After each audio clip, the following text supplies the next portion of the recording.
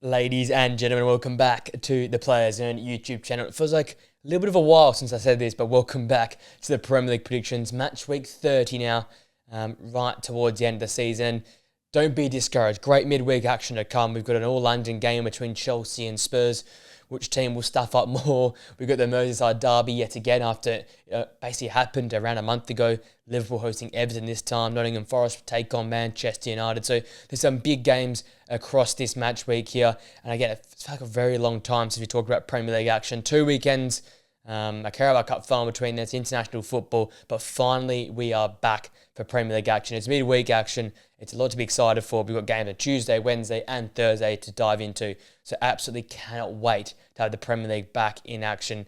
Before we get into it, guys, looking back to last week and not last week, even further back, a couple of weeks ago, and our predictions from that week really struggled. We only had 9 games to predict, but really didn't do that well. Only have picked up the 4 of our prediction points, taking our total now to 193. If you're wondering how the point system works in the channel, it's 3 points correct scoreline, 1 point for the correct result, 0 points for neither. So desperately needing a big bounce back here. The goal was 250. We should still be on track for that, but we need less of those 4-point weeks and more of those 8, 9, 10-point weeks. So hopefully we can get that here with this midweek action. With that being said, ladies and gents, let's now get straight to these Premier League predictions for match week 30.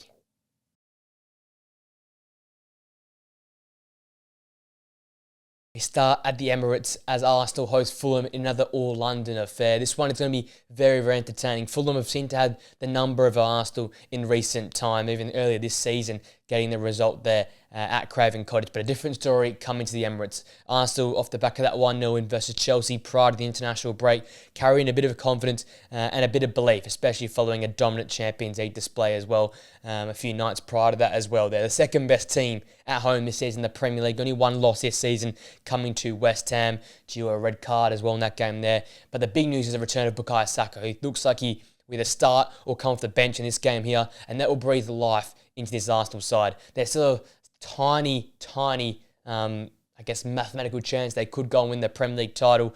But for me, it's about continuing to improve on performances and continue to drive this great form they've had come the last few weeks. And it starts here in this home game versus Fulham. And I think led once again by Mikel Merino, who will lead the line, and Martin Ødegaard, who's been much improved in recent weeks with his goal contributions, whether it be assists or goals himself. He's been much more heavily involved in the build-up play. I've been critical on him this season, but he's improved in the last few weeks, and it's coincided with Arsenal playing some better football. So those two up there, those two centralised players, look to those two to have their fingerprints all over this game here. Looking at Fulham, they had a massive 2-0 win at home versus Spurs last time out in the Premier League, but then followed up on the weekend with a very, very underwhelming 3-0 defeat in the FA Cup to Crystal Palace. It's been a common theme of Fulham this season. It's been 2 wins, a draw, and 2 losses in their last 5 games across all competitions, and that just shows where they're at currently. It's a lot of inconsistencies. It's not consistent runs of form, and they do have a sniff for European football come the season's end. They're 3 points away from that top 5 there, but they've got to put together consistent performances, and it has to start here at the Emirates. A tough set of fixtures to come.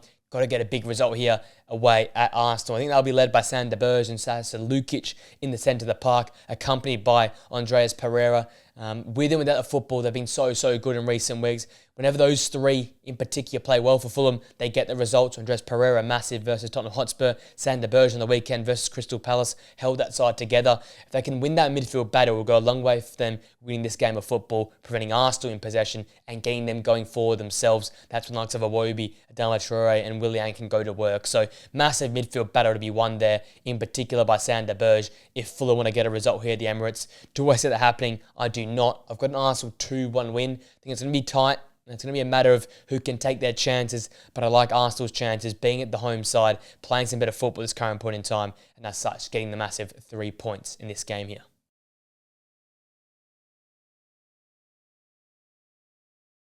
We're at the Molineux for Wolves and West Ham in our next game here. Wolves off the back of an important 2-1 win away at Southampton last time out. They're now 9 points clear of the drop zone, so no fear of that anymore. A mini 3-game unbeaten run on another one of those turnarounds where they have a good little run of form here, and coinciding with Matheus Cunha not playing, which is a good thing for the side to see. But no clean sheet in the last 4 games. It's a bit of a worry for the side, and I want to be tight defensively versus the West Ham side. It's desperately trying to get on the score sheet here. For me, the difference maker will be Strand Larsen for Wolves without their big marquee player, Mateus Cunha. Strand Larsen's going to lead the line yet again and lead it well. Bellegarde in behind him, and Munetzi will try and supply the centre forward, but if he's clinical in front of goal, it goes a long way for them winning this game of football, because you look at West Ham, they got a 1-1 draw last time out away at Goodison Park, a better performance once again, but they're struggling in front of goal. 4 goals in their last 5 games. They've only scored more than one goal once in their last 8 games. So really struggle in that area of the park. I look to the wide players, Emerson, Wan-Bissaka as the 2 wing-backs to drive this side forward. They were pivotal in that win versus Arsenal. Wan-Bissaka setting up Jared Bowen for the goal, and they've been so important since Potter's taken over West Ham. They still have to drive the attacking football because nothing has really been created or generated from the midfield areas or centrally up top as well. So it's going to be a game of who can take their chances. Will it be Strand Larsen and Wolves, or will it be Jared Bowen and Mohamed Kudus with West Ham here? There's not much to separate the two sides. I'm going to back in West Ham though. I think they get back on track here come the end of the season and get a bit of a good run together to go into next season. I've got a West Ham 2-1 win here away from home. They scored 2 goals and they get the result for me in this game here at the Molineux.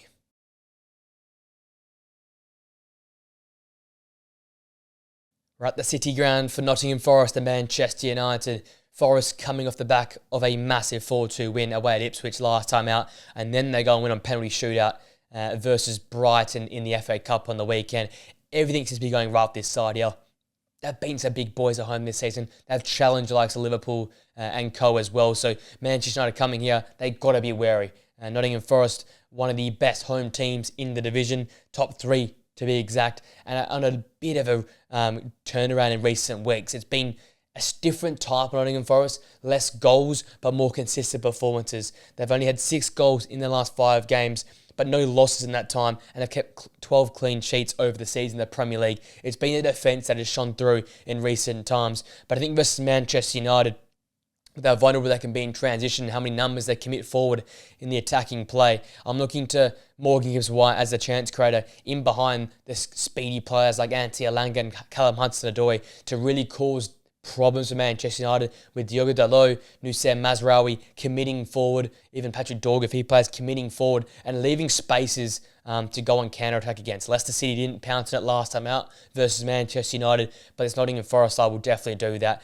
They'll want to sit in, absorb pressure, allow United to have possession, and then look to play quickly with Morgan Gibbs-White as that key cog to try and get at United in transition. United, massive win, 3-0 last time out away at Leicester City. It's now 7 goals in the last 2 games across 2 different competitions. And the big thing for me is 6 games unbeaten outside of that penalty shootout loss versus Fulham in all competitions. A bit of improvement under Ruben Amorim.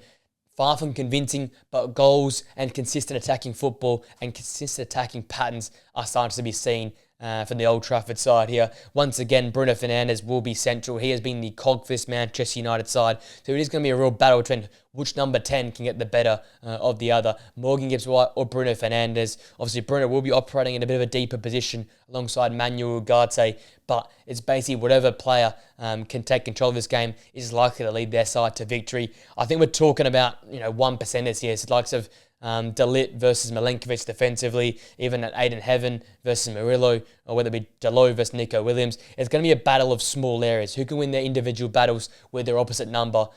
Whoever gets the more wins in those sort of battles will win this game of football. And I think Nottingham Forest do that, whether it be defensively and also forward-wise. I think they get the better of Manchester United. The midfield is going to be tightly contested, but I think when it comes down to it, Nottingham Forest win those 1v1 battles, and as such, they get over the line here at the City Ground. 2-1 for me. Again, another tight game. I think United will score first, but Nottingham Forest will play better across the 90 minutes and get the result nonetheless.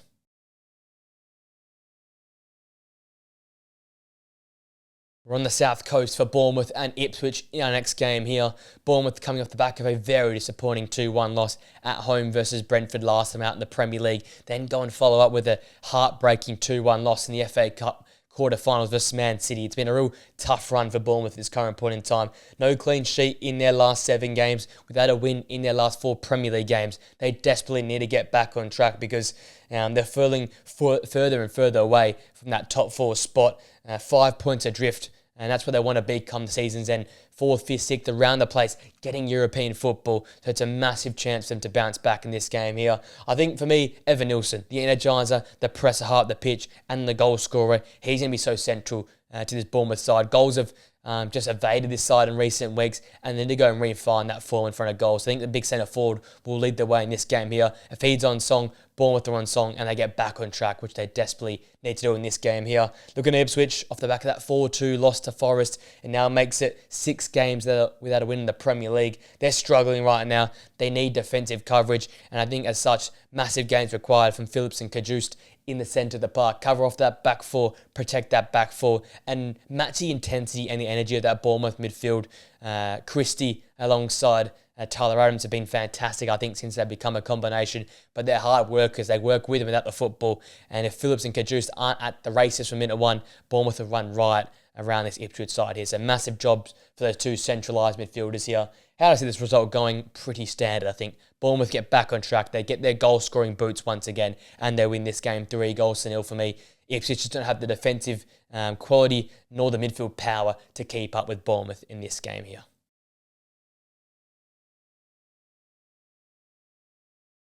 We remain on the south coast for one of the more entertaining games to come from the midweek action. It's Brighton versus Aston Villa from the Amex. Brighton obviously coming off the back of a fantastic point gained away at Man City, the 2-2 draw there. However, the heartbreak of being knocked out in penalties to Nottingham Forest on the weekend will be fuel to the fire for Fabian Hurtzler's side. Outside of that penalty shootout loss, however, they're unbeaten in their last 8 games across all competitions. They've got 8 goals in their last 5 games, and things are happening for this Brighton side. It's coincided with great defensive performance from like the Van Hecker alongside Lewis Dunk. But for me, as always, for Brighton, if they want to be good going forward, if they want to be this attractive side that keeps possession but looks dangerous with possession, Mitoma and Minter have to be at their best. It's been a common trend throughout the whole season. When they're heavily involved alongside João Pedro up top, this side clicks, the speed of ball movement improves, and they get through sides quite easily. So look to those two wide players to be pivotal in this game here, especially versus Aston Villa's back line, which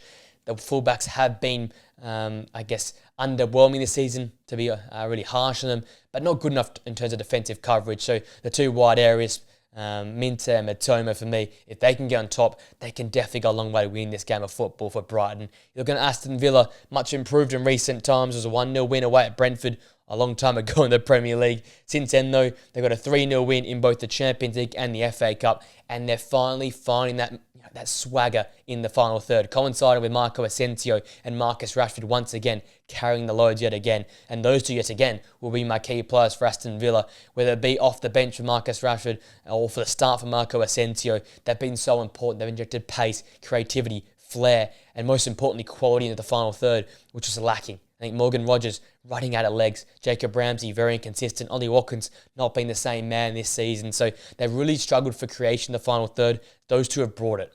A double for Marcus Rashford from the weekend in the FA Cup. Marco Asensio's heroics in the Champions League. I think they have to continue it yet again.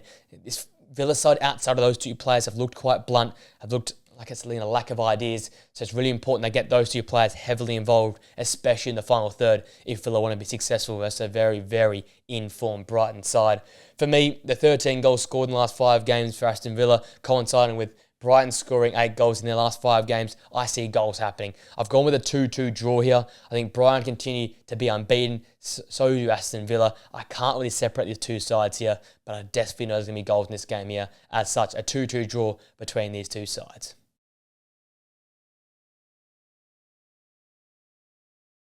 We're at the Etihad for Man City and Leicester City. Man City obviously coming off the back of a very underwhelming 2-2 draw against Brighton last time out. But again, there's a few signs of improvement, especially in the ball movement and the chance creation in the final third. And they also got that 2-1 win versus Bournemouth on the weekend, coming from 1-0 behind. So there's belief reinstalled in this Man City side. They're not playing at their best, but they're getting through some tough games and matching with some of the better teams in the country. And I feel like with Erling Haaland out, look to Omar Marmoush to take over in this game here. He'll play much more centralised. He'll have even more freedom in the final third. And I feel like him and Phil Foden, the link up in this game here, may be unstoppable. Leicester have not won a single game versus Man City in their last 5 games. It's 5 wins for Man City and 0 wins for Leicester in the last 5 games. So they love this fixture, Man City, and I think they'll dominate yet again in this one here. Leicester easily beaten by United last time out, 3-0. No goals scored in the last 5 games, no wins in the last 7. It's a pretty easy outline to see how this game will go. If Leicester are going to be competitive, you look to Samara, you look to Ndidi in the centre of the park. Those two have probably been the best performers for Leicester this season. They've kept games competitive. They've fought in the middle of the park. They've made midfield battles a bit of a scrap. But I can't see them laying a glove on Man City in this game here. Omar Marmoush, Phil Foden, Savinho, they're going to cause havoc. Even insert Jack Grealish possibly in this game here to get him some form as well. I think City run right. I've gone with a City 5-0 win at the Etihad. Back to some of the old days where they used to dominate games of football, because just simply put, Leicester are not good enough in this game to match Man City.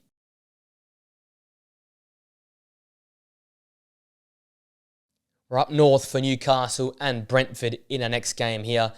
Obviously, Newcastle coming off the back of a historic night for the club, winning that 2-1 game in the Carabao Cup final versus Liverpool. However, if you look back a while to their last Premier League game, it was a 1-0 win away against West Ham. So getting the job done in the Premier League as well as the cup final there as well. But now full focus has to go back on the Premier League. Been a real mixed bag in recent times for them. 3 wins and 2 losses, in their last 5 Premier League games, scoring 8 and conceding 8. They need to get back on track. They need to refine their best form. And I feel like, once again, it coincides with defensive security. They were fantastic defensively versus Liverpool in the Carabao Cup final, and they won the game quite convincingly, 2-1. In this game here, I looked as such that back four, in particular fullbacks. Tino Livramento alongside Kieran Trippier, massive games required for them to shut down the pacey wide players, which Brentford have. We know what Mbeumo can do. Kevin Schade is a real impact, X-factor type player, and we know how Vista like to drift out wide into a left-hand channel to try and create chances there as well. So those two fullbacks have massive jobs to keep the wide spaces for Brentford quiet and to get Newcastle sorted defensively, because I think all good things come from Newcastle when they organise themselves defensively. Dan Burn central alongside whoever he wants to pair up with, to be honest. That's when they look at their best. They're all playing well, they're all playing together, and they're keeping clean sheets. You're looking at Brentford, a massive 2-1 win away at Bournemouth last time out. They've had a great little run of form in recent weeks. 3 wins, a draw and a loss in their last 5 games. They've risen to 11th place in the Premier League, just a couple of points away from that top half finish, which would be such a desirable result for the Bees here. For me, Christian Norgard was fantastic last time out versus Bournemouth. He'll have to be important yet again. We know what Tonali, Joelinton, and Bruno Guimaraes do for that Newcastle midfield. They make it a scrap. They make it a battle. They make the game really ugly. So Christian Norgard, with his elite skill, with his vision and smarts he plays in the midfield battle, he will be so key for this Brentford side. If he can match that intensity, if he can try to avoid that midfield becoming a bit of a scrap, Brentford play their style of football, it goes a long way for Brentford being competitive and potentially nicking a famous win or a point here on the road at St James's Park. Obviously as well, Mikkel Damsgaard, if he's fit, he'll be huge to this side in transition, chance creation, creating stuff out of nothing. Because I feel like Newcastle have a lot of the ball, but Brentford will have to do their best attacking work in transition on the break, trying to catch Newcastle out in that regard. And that's when Mikkel Damsgaard can do his best work. For me, who do I see winning this? I think it has to be Newcastle. At home, off the back of that cup final win, that crowd will be up and about, those players will be up and about, and they get the result here for me. Not going to be easy, but they've got a 2-0 result here to keep their hopes of European football alive this season.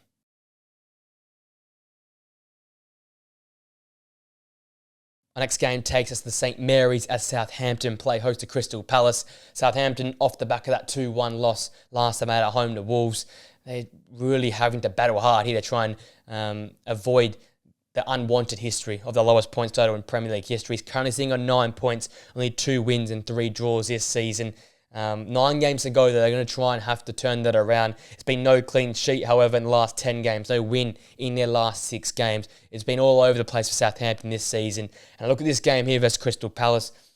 Crystal Palace being one of the best defensive teams on the planet right now and one of the best away teams on the planet right now. I'm going to see a lot from the likes of Dibbling, Fernandes, Onuachu being clinical, one-touch stuff. These young players, I guess, are the future, not at Southampton, but I guess at other clubs. Go and show what you're all about here. Try and make a stand in this game here. Show us your quality, show us your talent. So look to those 3 up top to be, I guess, key troublemakers for this Crystal Palace side in this game here and trying to challenge one of the best back fours in the country right now.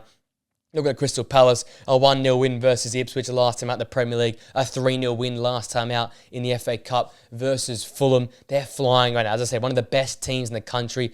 I think it's over like 5 hours without conceding a goal away from home. They've been fantastic come the turn of the year and flying up the Premier League table as a result. They won their last 5 games on the bounce, 13 goals scored in that same time there. And I think once again, the two superstars this side, Eberechi Eze and Ismail Assar, have been fantastic come the turn of the year, and they've been unstoppable in recent weeks. Both got heavily involved versus Fulham. Eze a goal and an assist. Ismail Assar a goal versus Fulham. They're so dangerous. They've refound that ultimate balance in the final third like they had last season. It was Elise, Eze and Mateta. This season, Mateta, Sarr, and Eze as well. So, this front three, now they've on that telepathic link-up, look to those two, in particular, Eze and Sarr, to cause Southampton all sorts of problems. This Southampton backline is just not good enough. I think these two will tear apart this Southampton backline. Mateta might get involved as well, but we've got to give him time coming back from that awful head injury. So I'm looking at the two number 10s here to make a name for themselves once more in this game and dominate from start to finish. Crystal Palace, their backline's too good. Their strike force is too good. I've gone with a 3-0 Palace win here away at St Mary's. Southampton getting closer and closer to unwanted history.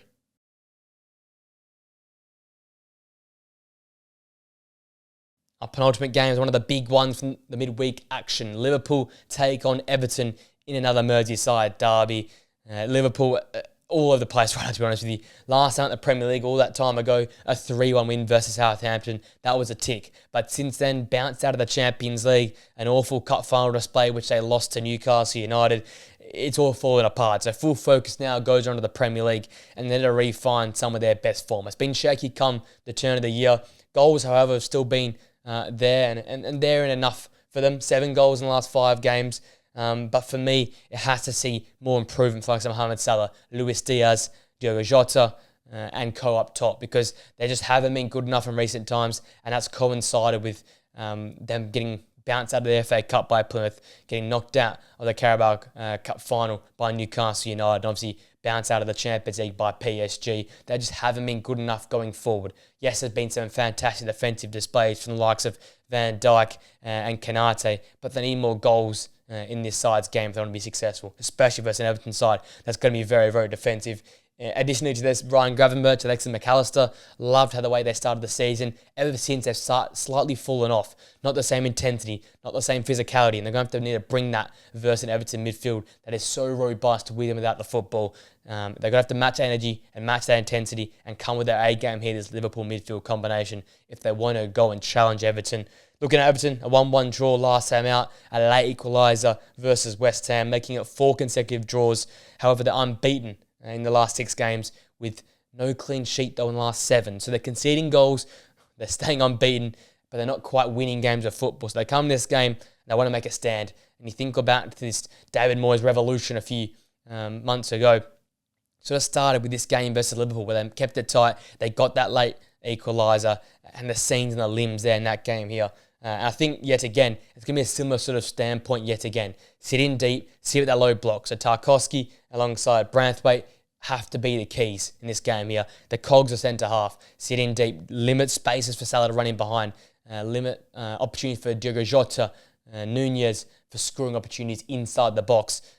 Force Luis Diaz really out wide. Don't allow these wide players to cut inside into the half spaces and work into the channels. Massive job for those two centre-halves. And then for me, somewhat of the litmus test for Everton, Abdoulaye Doucouré, someone who works so hard as that number 10 without the ball to drop in, create a third midfielder to sit in nice and deep and protect that back four. But then when Everton get it, he is the man they look for. He is the connecting piece, whether it be on the end of a ball in the final third or holding the ball up on the halfway line. He makes things happen for Everton in both directions. So he's pivotal in this game for them, especially going up against Gravenberch and McAllister. If he can get off the shackles and free the shackle and get off the loose here, it could see Everton potentially getting all 3 points in this game here because he's so important to this Everton side.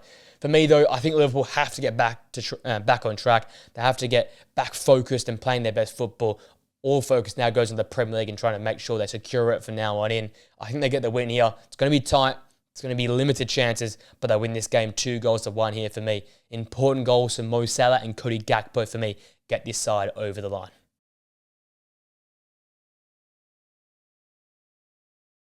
Our last game is the big one. Chelsea host Spurs, a London battle. It's going to be entertaining, and we love these types of games in the Premier League. Chelsea obviously coming off the back of a really disappointing 1-0 loss away at the Emirates. They just couldn't quite create enough opportunities to go and score in that game here. However, it's been a real mixed bag of form. I was impressed with them versus Arsenal, but prior to the Premier League, a little bit all over the place. However, great performances in Europe as well. So you really don't know what you're going to get with Chelsea. 2 wins in the last 5 Premier League games. Really good in Europe. Good last time out versus Arsenal. So what Chelsea are going to turn up? And I think that's really, really key in this one here. Obviously, Cole Palmer for me has to be the key player. He has to be the X factor. On any given day, any given Premier League player, you probably pick Cole Palmer to be one of your X factors to try and win a game of football off his own boot. And he hasn't quite been that same player in recent weeks, going on months. So look to him to be heavily involved. Feed him the football. Get him touches of the football early. Allow him to create chances. And we know with how lax Tottenham's defending is, he can get into different spaces. Give him the license to pick the ball up, drive into spaces, drop into holes, take shots on, get runs in behind. Because if he gets going early, it's lights out for Tottenham. And then coinciding with that as well, Mark Cucurella and Wesley Fofana, the real out-and-out fullbacks in this new Maresca system, have to be switched on. Matisse Tell, Brennan Johnson, and co for Tottenham. Their best football comes in wide spaces. Their best football comes when they're playing with pace. So those 2 fullbacks, the out-and-out fullbacks, accompanied by Reece James, have to be switched on. They have to limit those opportunities into wide areas. They did good versus Arsenal. They need to do better versus Spurs, because that's Spurs' real avenue to goal. Outside of that, they don't really have much else. So if those 2 fullbacks are at their best, Chelsea are in the driver's seat. Looking at Spurs, it was a 2-0, very disappointing loss away at Fulham last time out. The side has not kept a clean sheet in the last 6 games. They've only won 1 game out of the last 5 in all competitions. They're truly struggling. But as I said, undoubtedly, Matisse Tell and Brennan Johnson are the most important players right now for this Spurs side, because they are struggling in terms of creating enough scoring opportunities going forward and being clinical with those chances. But these 2 wide players are very, very important going forward. They've got the elite electric speed. They can get in behind back lines. It can stretch defences. They look better when they're playing into wide spaces, with Jed Spence pushing on, with Pedro Porro pushing on, with Udogie pushing on. That's when Spurs look at their best, spreading the ball out wide, getting runners forward, and crashing the box. So those 2 wide players, heavily important for Spurs coming to this game here. And then for me, the experienced players in this side, Bentancur and Basuma in the centre of the park, have a massive job to match Chelsea's energy in there.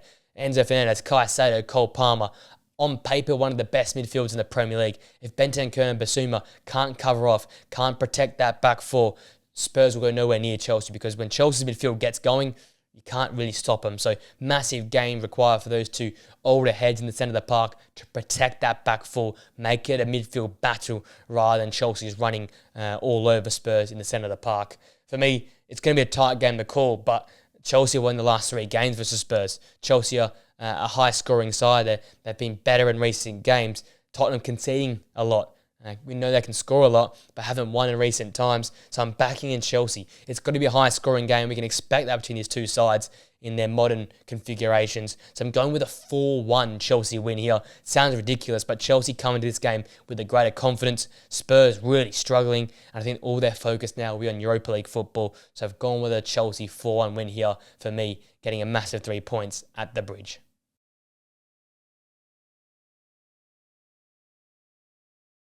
With that being said, ladies and gents, that brings our prediction video to an end for Match Week 30. Let me know your thoughts in the comments section down below. What's your game of the midweek action? Who are some of your key players? And do you agree with my predictions? Leave that all in the comment section down below. If you enjoyed the video, guys, smash a like on it, subscribe to the Players Zone channel for videos and podcasts here in the channel, and press that post notification bell so you know we upload.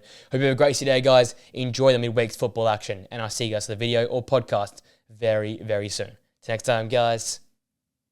See you later.